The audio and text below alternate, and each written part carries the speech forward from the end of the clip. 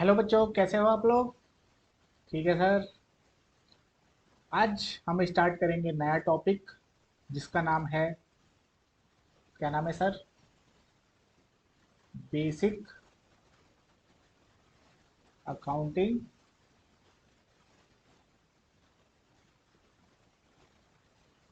Terms. क्या मतलब हुआ इसका?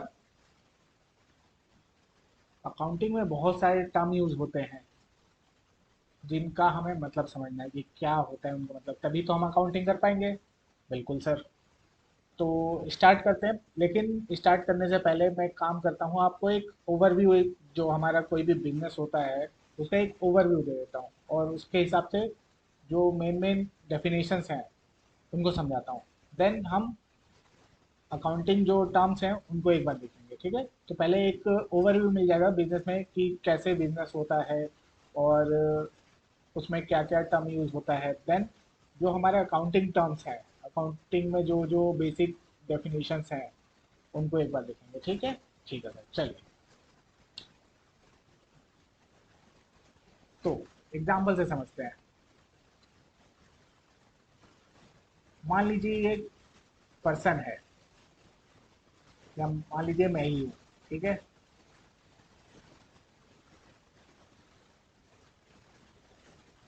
मैं क्या करता हूँ, मुझे एक बिजनेस स्टार्ट करना है। क्या स्टार्ट करना है? बिजनेस स्टार्ट करना है। किस चीज़ का? सबसे पहले सोचूंगा कि किस चीज़ का बिजनेस स्टार्ट करना है। मान लीजिए कि मुझे कपड़ों का बिजनेस स्टार्ट करना है, क्लोथ्स का। कपड़े बाई करूंगा और उसको सील करूंगा, ठीक है? ये बिजनेस स्टार्ट करना है, कपड़ों का बिजनेस मुझे स्टार्ट करना है। अब आराम से देखते जाइए क्या क्या होता है। सबसे पहले मैंने क्या किया, सबसे पहले मैंने क्या किया, एक शॉप को रेंट पे लिया।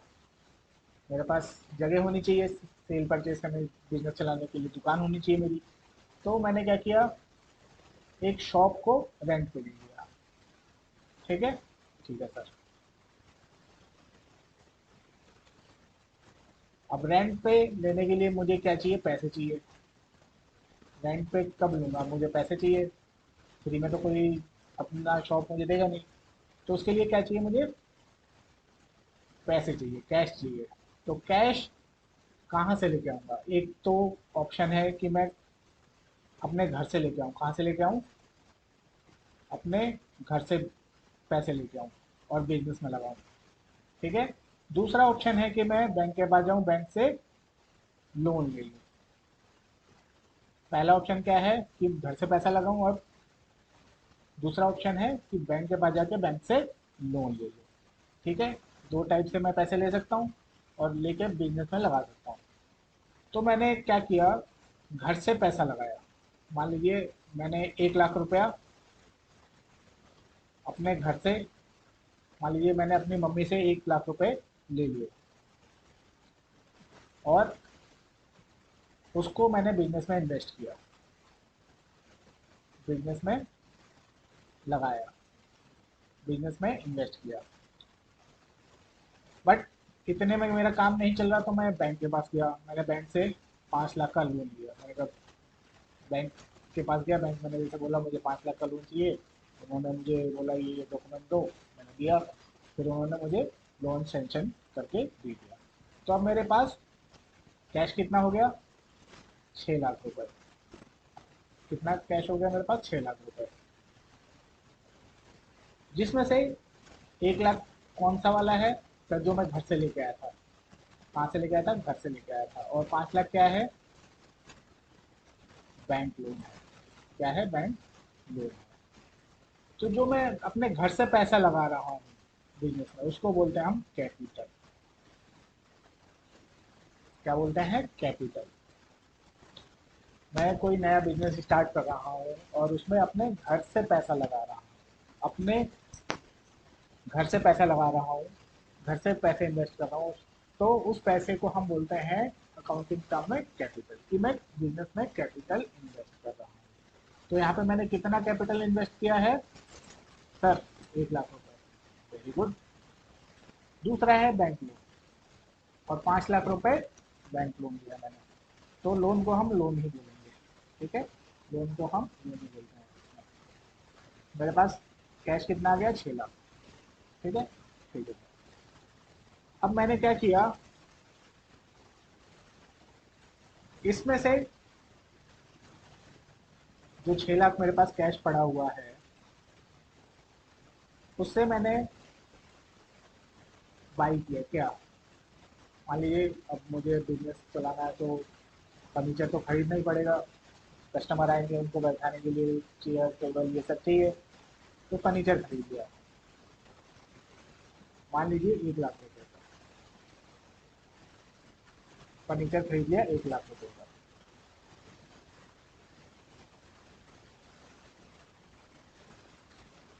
उसके बाद कंप्यूटर चाहिए,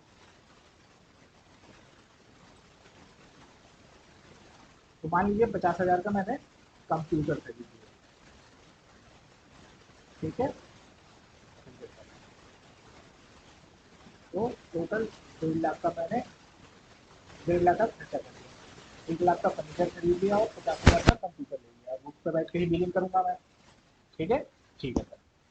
तो ये जो मैंने फर्नीचर खरीदा बिजनेस के लिए, जो कंप्यूटर खरीदा, ये क्या है? इसको बोलते हैं हम बिजनेस में एसेट। क्या बोलते हैं? एसेट्स। मतलब हमारी संपत्ति, बिजनेस की संपत्ति, जिसको हम सेल करके पैसा निकाल सकते हैं, उसको बोलते हैं हम एसेट। ठीक है, ठीक है सर। कैश, कैश भी पड़ा हुआ है सर। 1.5 लाख तो मैंने सामान में लगा दिए। अभी रेंट को छोड़ दीजिए, अभी रेंट को छोड़ दीजिए। 6 लाख है मेरे पास। 6 लाख में से 1.5 लाख मैंने उसमें से 1 लाख का फर्नीचर खरीद लिया, 50,000 का कंप्यूटर खरीद लिया, और 4.5 लाख मेरे पास कैश पड़ा हुआ है।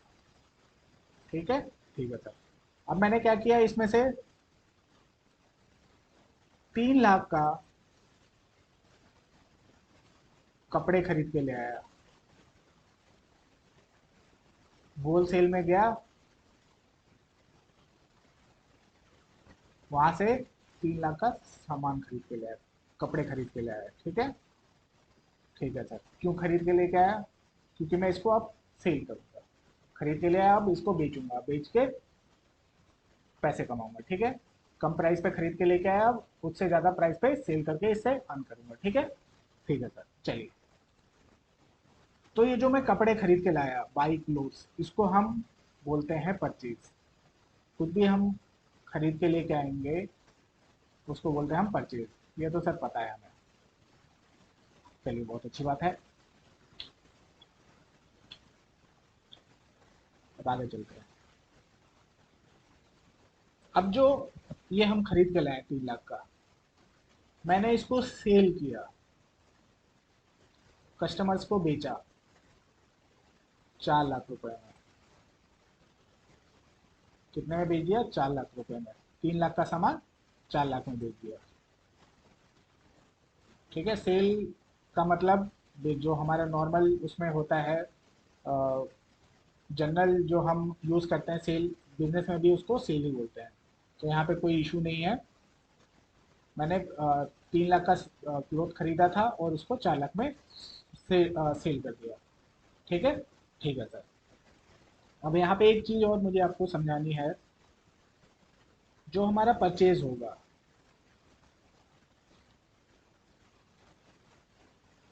और सेल होगा, दो टाइप से हो सकता है। एक होगा कैश परचेज और दूसरा होगा क्रेडिट परचेज। कैश परचेज का मतलब क्या है? हम सामान खरीदने गए, उसके पास कपड़ा लिया और तुरंत के तुरंत उसको पैसा दे के आ गए। इसको बोलेंगे कैश परचेज। क्या बोलेंगे? Cash purchase. कि हम गए, कैश में पैसा दिया उसको और खरीद के सामान ले आए, इसको बोलते हैं कैश परचेज। क्रेडिट परचेज का क्या मतलब होता है? क्रेडिट परचेज का मतलब है कि हम सामान लेने गए, बट उसको बोला कि अभी मेरे पास पैसे नहीं है, और हम उससे सामान क्रेडिट पे लेके आ गए। बहुत बार होता है, मान लीजिए हमारा कोई जानकार है या हमारे आसपास की दुकानें होती हैं, हम क्या करते हैं, जाते हैं कोई सामान लेते हैं, उस पर नाम लिखवा के आ जाते हैं कि आप मेरे नाम पे चढ़ा दो, बाद में दे दूंगा इकट्ठे। तो वो क्या कर रहा है, क्रेडिट पे आपको सेल कर रहा है, और हम क्या कर रहे हैं, उस पर क्रेडिट पे सामान लेके आ रहे हैं। ठीक है, हमें तो देना है।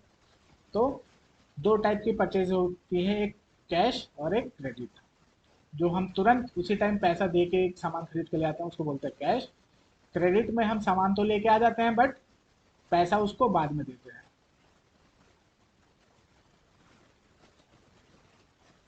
पैसा बाद में देते हैं, ठीक है। ठीक है सर। सेम सेल केस में भी होता है, सेल केस में भी सेम होता है। एक होता है आपका कैश सेल और दूसरा होता है क्रेडिट सेल। कैश सेल में क्या होता है, हमने सेल किया, सामने वाली पार्टी ने तुरंत पैसा दे दिया और कैश हमारे पास आ गया। क्रेडिट में क्या होता है, पर्सन को हमने सेल कर दिया, बट वो बोलता है कि आप मेरे नाम पे लिख दो, मैं बाद में आपको पैसे दे दूंगा। ठीक है, तो उसको बोलते हैं हम क्रेडिट सेल। उस केस में हम उसके नाम पे उतना सेल बुक कर देते हैं। मान लीजिए मैंने किसी पर्सन को, मिस्टर ए है, उसको मैंने 50,000 का सामान, कपड़ा बेच दिया। तो अब मैं क्या करूँगा, कैश तो लिख नहीं सकता, कैश तो आया नहीं मेरे पास, तो मैं उसका नाम लिख दूंगा, उसके सामने लिख दूंगा 50,000 बाकी है अभी इसके पास, इसके पास 50,000 बाकी है। तो जब ये पैसा दे के जाएगा तो मैं इसका नाम काट दूंगा और उतना मेरे पास कैश आ जाएगा। ठीक है, तो ये डिफरेंस होता है कैश और क्रेडिट के अंदर। ठीक है। ठीक है सर, यहाँ तक क्लियर है? बिल्कुल सर। चलिए अब आगे चलते हैं।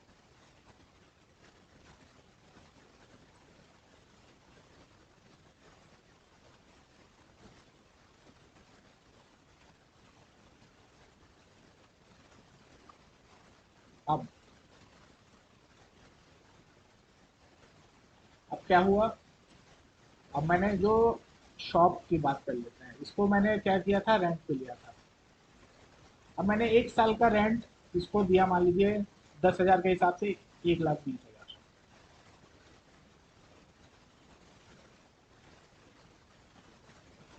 या 1 साल का ज़्यादा हो जाएगा, 1 महीने का ही लेते हैं। 1 महीने का रेंट 10,000। ठीक है। ठीक है सर। अब रेंट लिया, जगह ले ली हमने, शॉप लिया है, तो शॉप से रिलेटेड और क्या क्या खर्चे हो सकते हैं आपके?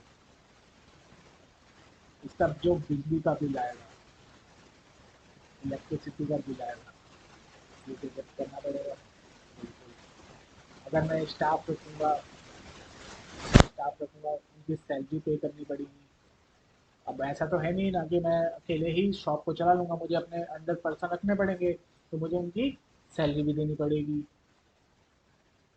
और क्या क्या खर्चे हो सकते हैं सर, पैकिंग मटेरियल मंगाना पड़ेगा, पैकिंग मटेरियल, डब्बे, पिन्नी वगैरह ये। अब कोई मुझसे साड़ी लेने आएगा, तो मैं उसको ऐसे ही साड़ी हाथ में तो नहीं पकड़ा दूंगा, उसको अच्छे से डब्बे में पैक करके पॉलीथीन में दूंगा। बिल्कुल सर। तो ये सब खर्चे होंगे। उसके अलावा टेलीफोन का आ गया, आपका इंटरनेट लगवाना पड़ेगा, एसी खरीदना, एसी पंखे ये सब लगाना पड़ेगा, तो ये सब खर्चे होंगे मेरे। ठीक है। ठीक है सर।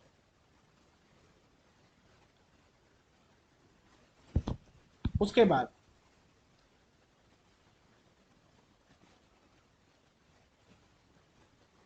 अब मान लीजिए 1 मंथ की बात करते हैं। ठीक है, 1 मंथ की बात करते हैं। ये सारे ट्रांजेक्शन मान लीजिए 1 मंथ का ही है मेरा। तो मैंने सेल कितने का किया सर, 4 लाख का। ठीक है। परचेज कितने का किया था, 3 लाख का। ठीक है। और अदर एक्सपेंसेस मान लीजिए, रेंट, इलेक्ट्रिसिटी, सैलरी वैली सब मिला जुला के, अब मान लीजिए कि मेरा 50,000 का खर्चा होता है अदर एक्सपेंस में। अदर एक्सपेंसेस में मान लीजिए 50,000 का, 50,000 का खर्चा होता है। तो मैं, मुझे कितने का फ़ायदा हुआ 1 महीने में? 4 लाख का सामान बेचा मैंने, जो कि मैंने खरीदा था 3 लाख रुपए में। तो 1 लाख यहाँ पे फायदा हो गया।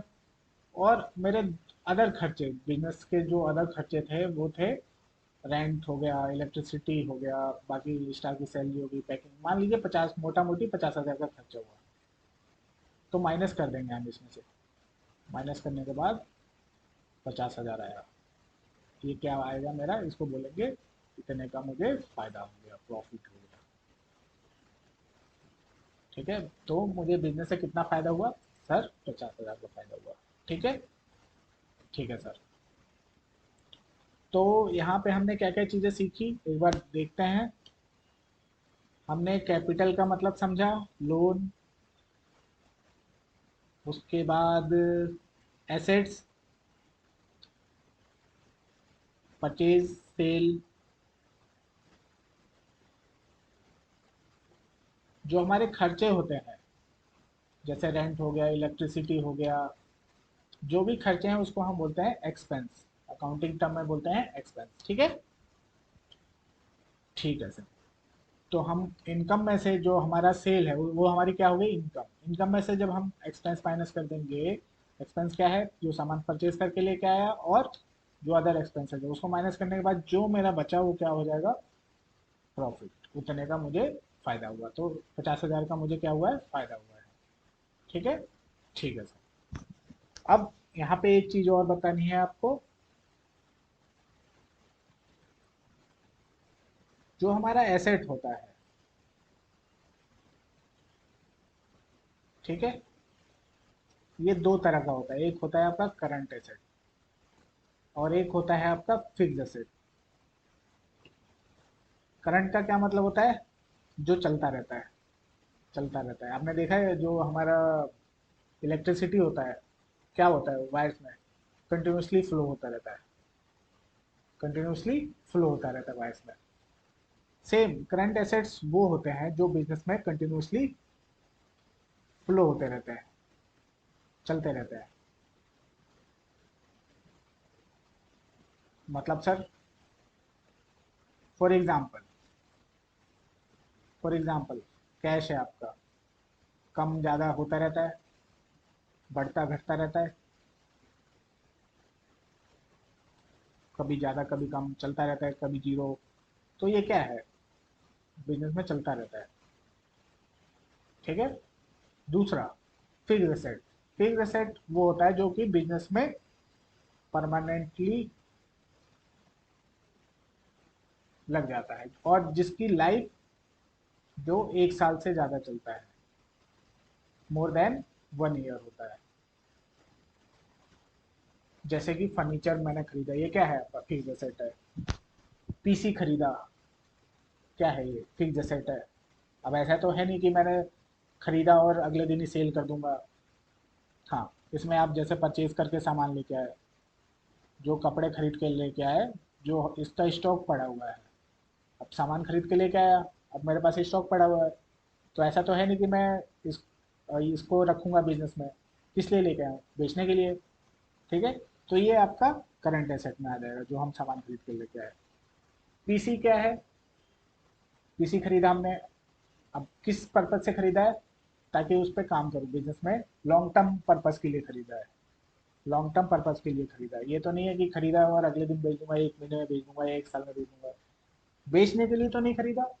बिल्कुल सर। तो इस टाइप के जो एसेट्स होते हैं उनको बोलते हैं फिक्स एसेट। क्या बोलते हैं, फिक्स एसेट, जिसका बेनिफिट हमें 1 साल से ज़्यादा पीरियड के लिए मिलता है, उसको बोलते हैं हम फिक्स एसेट। करंट एसेट्स में वो सारे एसेट आते हैं जिनका फायदा हमें विथ इन ईयर खत्म हो जाता है, विथ इन 1 ईयर खत्म हो जाता है। ठीक है, ठीक है सर। जैसे कि मान लीजिए मैंने क्रेडिट पे सेल किया, क्रेडिट पे सेल किया, और उसने मुझे 3 महीने बाद पेमेंट कर दी। अब मैं कोई भी सामान सेल करूंगा, तो वो पर्सन ऐसा तो है नहीं कि आज मैंने उसको सेल किया वो 5 साल बाद मुझे पैसे दे रहा है। ऐसा तो केस होगा नहीं, तो मुझे बिजनेस चलाना है। तो जो भी मैं जिनको भी क्रेडिट पे सेल करूंगा, जो मुझे बोल रहे हैं कि मैं आपको बाद में पैसे दूंगा, वो विथ इन ईयर खत्म हो जाते हैं। ठीक है, वो क्या होता है, विथ इन ईयर खत्म हो जाते हैं। ठीक है। अब यहाँ पे एक और पॉइंट है, वो भी एक समझ लेता है। एसेट्स तो क्लियर है, बिल्कुल सर। एक टर्म होता है इसमें, लेबिलिटी। लेबिलिटी मतलब होता है बिजनेस को, बिजनेस की नज़रों से देख रहे हैं, बिजनेस की नज़रों से देख रहे हैं, बिजनेस को कितना पैसा पे करना है दूसरों को।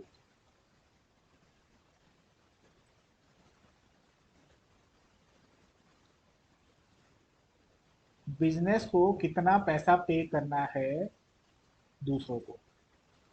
अब जैसे कि जो कैपिटल बिजनेस में इन्वेस्ट किया है और जो बैंक लोन लिया है,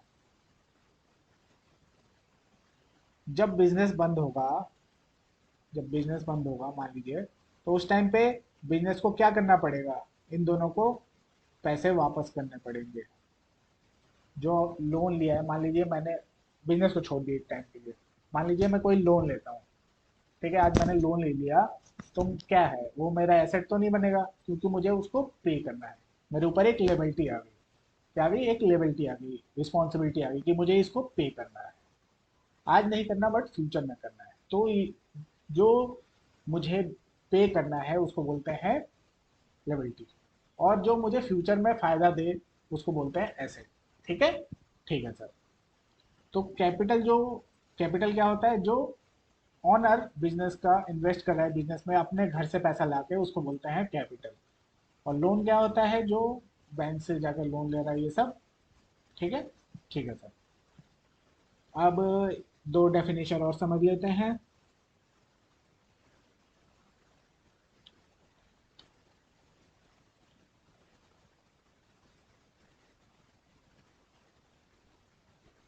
परचेज में मैंने आपको क्या बताया था सर, दो टाइप की परचेज होती है, कैश परचेज और क्रेडिट परचेज। मैं गया परचेज करने, पैसा दिया और सामान लेके आ गया।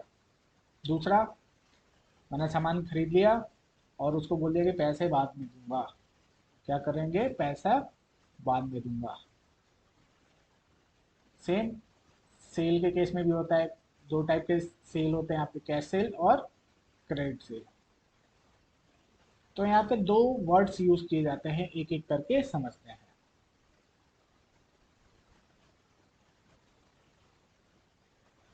इसको भी एग्जांपल से समझते हैं, चलिए।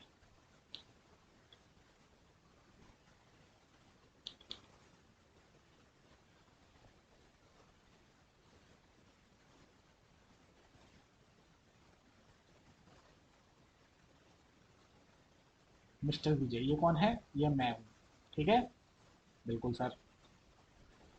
मैं मिस्टर ए के पास गया। अच्छा सर। उससे सामान खरीद के लेके आया। बहुत ही ध्यान से समझिएगा, यहाँ पे बहुत कंफ्यूजन होता है स्टार्टिंग में, तो बहुत ही ध्यान से समझना आप। मैं क्या, मैंने क्या किया, मिस्टर ए के पास गया, उससे परचेज करके लेके आया। क्या परचेज करके लेके आया, क्लोथ्स। बट मेरे पास पैसे नहीं थे। तो मैंने क्या किया, उसको बोला कि भाई अभी दे दो, मैं आपको 2 महीने बाद पेमेंट कर दूंगा।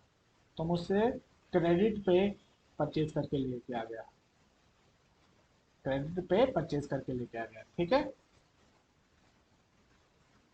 तो मुझे फ्यूचर में इसको पैसे क्या करने पड़ेंगे, पे करने पड़ेंगे। बिल्कुल सर, बिल्कुल पे करना पड़ेगा। तो मिस्टर ए के लिए एक वर्ड यूज होएगा, क्रेडिटर। क्रेडिटर, जिससे मैं सामान परचेज करके लेके आ रहा हूँ और फ्यूचर में मुझे जिसको पैसा देना है, वो मेरे लिए क्या हो जाएगा, क्रेडिटर बन जाएगा। जिसको मुझे पैसा पे करना है, जिसे मैं सामान खरीद के लेके आया और मुझे उसको पैसा देना है, तो मेरे लिए क्या बन जाएगा, क्रेडिटर। यहाँ पे मुझे पैसा पे करना है।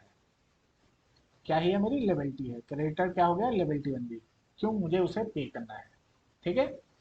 तो मिस्टर ए यहाँ पे मेरी बुक्स में क्या बन जाएगा, क्रेडिटर। मुझे फ्यूचर में उसको पैसे पे करना है, उसकी पेमेंट, जो मैं सामान खरीद के लेके आया हूँ उसका पेमेंट मुझे करना है। ठीक है। ठीक है सर। देन अब सामान मेरे पास आ गया। बिल्कुल सर। मैंने क्या किया, क्या किया सर, उसको सेल कर दिया। किसको, मिस्टर बी को। मिस्टर बी को सेल कर दिया मैंने। अब मिस्टर बी ने क्या बोला मुझसे, सर अभी मेरे पास पैसे नहीं है। मैंने कहा, कोई बात नहीं, जब आएंगे तो दे देना। बोला सर मैं 3 महीने बाद आपकी पेमेंट कर दूंगा। 3 महीने बाद आपकी पेमेंट कर दूंगा, 3 मंथ्स बाद। ठीक है। ठीक है। उसने मुझे अभी कै मैंने उसको सामान बेच दिया, उसके बाद चला गया, बट उसने अभी मुझे पैसे नहीं दिए। उसने बोला है कि 3 महीने बाद दूंगा। मैंने कहा ठीक है, दे देना जब आएगा आपके पास। तो मैं अपनी बुक्स में इसका नाम लिख दूंगा, मिस्टर बी से मुझे इतने पैसे चाहिए। ये मेरी बुक्स में बन जाएगा डेटर। डेटर डेटर वो होते हैं जिनसे मुझे पैसे लेने हैं। ठीक है। डेटर वो होते हैं जिनसे मुझे पैसे लेने हैं, और क्रेडिटर कौन होते हैं, जिनको मुझे पैसा देना है। सामान खरीद के लेके आया, बट पैसे उस टाइम नहीं दिए मैंने, बाद में दूंगा। पैसे मुझे जिसको देने हैं वो मेरे लिए क्या बन जाएगा, क्रेडिटर बन जाएगा। अब इस केस में मिस्टर बी मेरे लिए क्या है, डेटर है। क्यों, उससे मुझे पैसे लेने हैं। और क्रेडिटर कौन होता है, जिसको मुझे पैसे देने हैं।